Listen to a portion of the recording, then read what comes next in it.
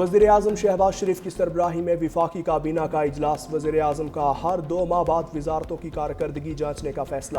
کہا اچھی کارکردگی دکھانے والی وزارت کو شاباش دی جائے گی، جہاں کمی کوتاہی ہوگی اسے دور کرنے کی کوشش کی جائے گی، ضرورت پڑنے پر تادیبی کارروائی بھی کی جائے گی۔ پی ایس ڈی پی کے تحت ترقیاتی اخراجات 1 ٹریلین سے بڑھ گئے۔ حالیہ بارشوں کا سلسلہ ختم ہونے پر چاروں صوبوں کے ساتھ میٹنگ بلائی جائے گی۔ برطانیہ نے پی آئی اے پر عائد پابندیاں ختم کر دیں۔ برطانوی ہائی کمیشن کے مطابق پی آئی اے اب برطانیہ کے لیے پروازوں کی درخواست دے سکتی ہے۔ ایئر لائنز کو پروازوں کے لیے یو کے سی اے اے سے اجازت لینا ہوگی۔ سیفٹی لسٹ سے اخراج آزاد اور تکنیکی عمل کے تحت ہوا۔ برطانوی ہائی کمشنر کا پاکستان اور یو کے ماہرین کے تعاون پر اظہار تشکر۔ برطانوی ہائی کمشنر نے کہا پاکستانی ایئر لائن سے سفر کی منتظر ہوں، پاکستان کے ساتھ فضائی رابطوں میں بہتری سے لوگوں کو جوڑنے میں مدد دے گی۔ سابق وزیر ہوابازی کے باعث پاکستانی ایئر لائنز پر پابندیاں لگیں۔ وزیر ہوابازی خواجہ آصف کی اسلام آباد میں پریس کانفرنس۔ کہا بانی پی ٹی آئی اور غلام سرور نے مل کر پی آئی اے کو قبرستان بنا دیا۔ غلام سرور نے عالمی اداروں کو پابندی لگانے کی دعوت دی۔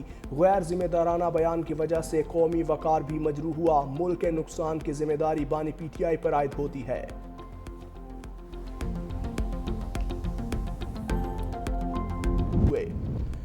لاہور سمیت پنجاب بھر میں بارشوں کا ایک اور طوفانی سپیل، ہر طرف جل تھل ایک ہو گیا۔ اوکاڑا، پاکپتن، ساہیوال، شیخوپورہ، قصور، ناروال میں گھنٹوں بارش۔ حافظ آباد، گجرانوالہ، خوشابر، سرگودا میں بھی بادل برسے۔ بارش سے گجرانوالہ کا حلیہ ہی بگڑ گیا، سڑکیں ندی نالوں میں تبدیل، نشیبی علاقوں میں پانی گھروں میں داخل۔ سب سے زیادہ بارش شیخوپورہ میں 217 ملی میٹر ریکارڈ۔ اسلام آباد اور راولپنڈی میں بھی وقفے سے بارش کا سلسلہ جاری ہے۔ محکمہ موسمیات نے 18 جولائی تک بارشوں کی پیشگوئی کر رکھی ہے۔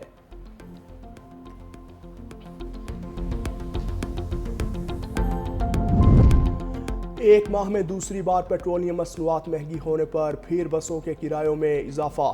اسلام آباد سے فیصل آباد کا کرایہ 80، کوئٹہ کا 70، لاہور اور پشاور کے کرائے میں 50 روپے کا اضافہ۔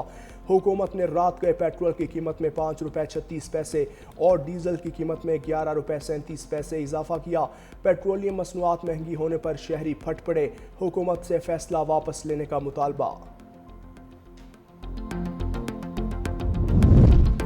نائب وزیر اعظم وزیر خارجہ اسحاق ڈار کی چینی وزیر خارجہ سے ملاقات۔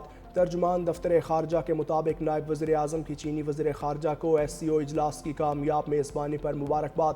اسحاق ڈار نے شاندار میزبانی پر چینی حکومت کا شکریہ ادا کیا۔ دونوں وزراء نے باہمی دلچسپی کے امور سمیت سی پیک پر بھی گفتگو کی۔ مختلف شعبہ جات میں تعاون پر پاک چین دوستی کی مضبوطی پر اطمینان کا اظہار۔ دونوں جانب سے خطے میں امن کے فروغ کے لیے تعاون جاری رکھنے کا عزم۔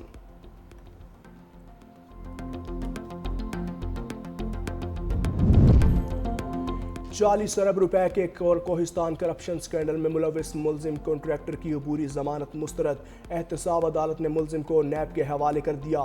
نیب نے انکوائری کو تفتیش میں تبدیل کر دیا۔ ذرائع کے مطابق نیب نے اب تک 25 ارب روپے مالیت کے اثاثے برآمد اور منجمد کیے۔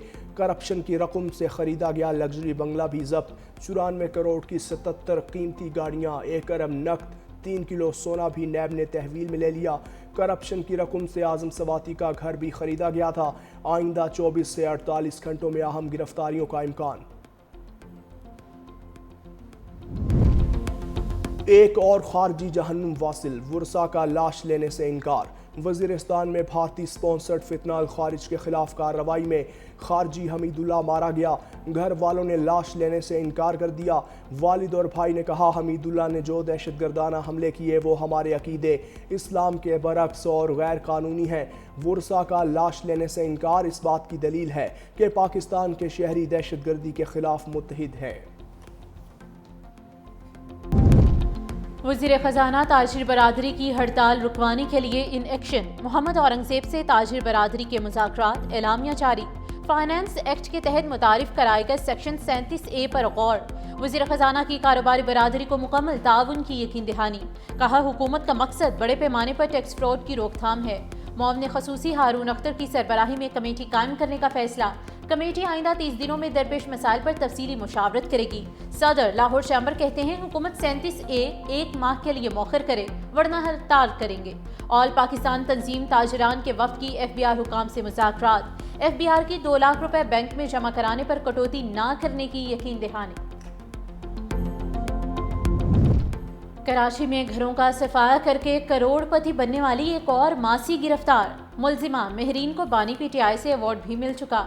ڈیفنس پولیس کے مطابق گھریلو ملازمہ نشاور چائے پلا کر واردات کرتی تھی۔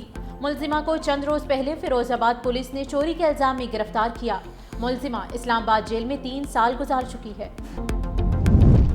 اسلام آباد کے ڈپلومیٹک انکلیو میں نکاسی آگ کا معاملہ حل ہو گیا۔ سری نگر ہائی وے پر جناح اسکوائر انٹرچینج کی تعمیر کے دوران ملبے میں دبی نالی بحال کر دی گئی۔ نالی کی بندش سے پہلے سفارتی انکلیو میں بارش کا پانی جمع ہو گیا تھا۔ نکاسی کا نظام مکمل بحال، پانی روانی سے بہہ رہا ہے۔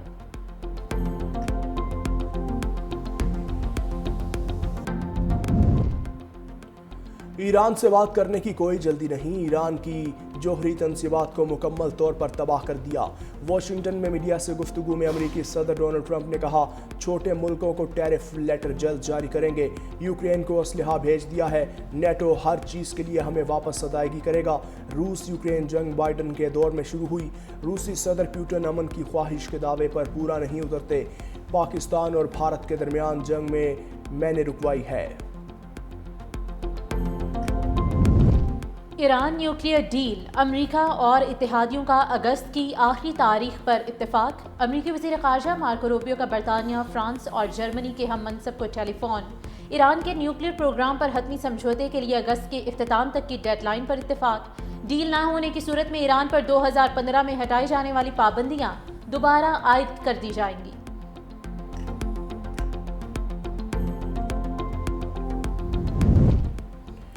برازیل، چین اور بھارت نے روس کے ساتھ تجارت جاری رکھی تو پابندیاں لگا دیں گے۔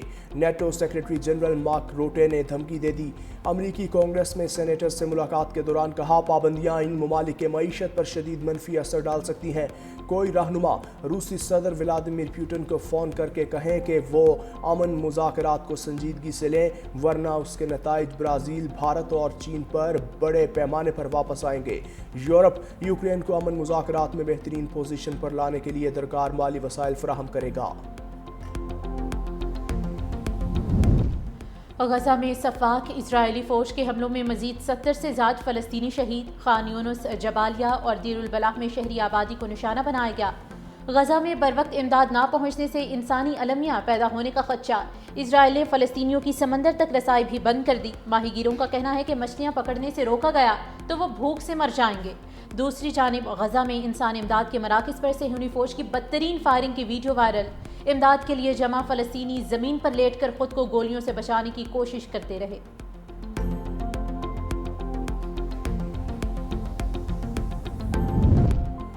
فلسطینیوں کی نسل کشی پر یورپی یونین اسرائیل سے معاہدے معطل کرے۔ اقوام متحدہ کی نمائندہ خصوصی فرانسکا البانی کا مطالبہ، کہا بچوں سمیت ہزاروں فلسطینیوں کو قتل کرنا سرخ لکیر عبور کرنا ہوگا۔ غزہ میں اسرائیل کے طرز عمل کا دفاع کرنا بھیانک رویہ ہے۔ دوسری جانب قطری وزارت خارجہ کا کہنا ہے کہ غزہ میں جنگ بندی کے لیے مذاکرات رکے نہیں، ابھی ابتدائی مراحل میں ہے۔ جنگ بندی معاہدے تک پہنچنے کے لیے مسلسل کام جاری ہے۔ اسرائیلی فوج کا لبنان کی وادی بقا میں حزب اللہ کے ٹھکانوں پر حملہ، 12 جنگجو شہید، متعدد زخمی ہو گئے۔ جاں بحق ہونے والوں میں 7 شامی پناہ گزین بھی شامل۔ ترجمان اسرائیلی فوج کا کہنا ہے کہ ان ٹھکانوں سے ہمارے فوجیوں پر حملے ہو رہے تھے۔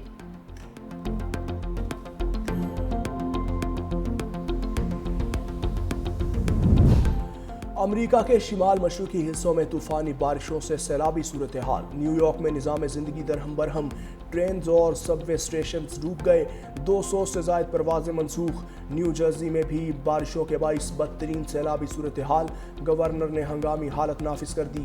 دوسری جانب اسپین کو بدترین ہیٹ ویو کا سامنا، 2 ماہ میں 1180 افراد ہلاک۔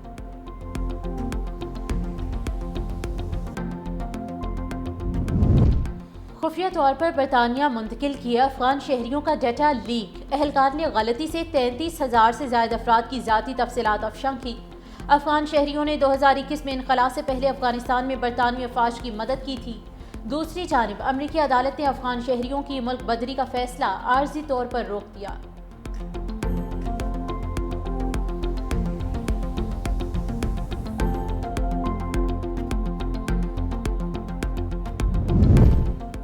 کیمرون کے 92 سالہ صدر پال بیا کا مسلسل 8ویں مدت کے لیے الیکشن لڑنے کا اعلان۔ پال بیا 1982 سے اقتدار میں ہیں۔ وہ دنیا کے معمر ترین سربراہ مملکت بھی ہیں۔ کیمرون میں 12 اکتوبر کو الیکشن ہوں گے۔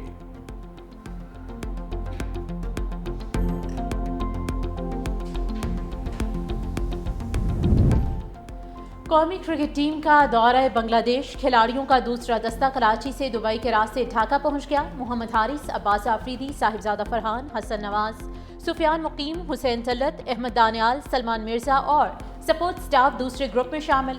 پاکستان اور بنگلہ دیش کے درمیان 3 T20 میچز پر مشتمل سیریز 20 جولائی کو شروع ہوگی۔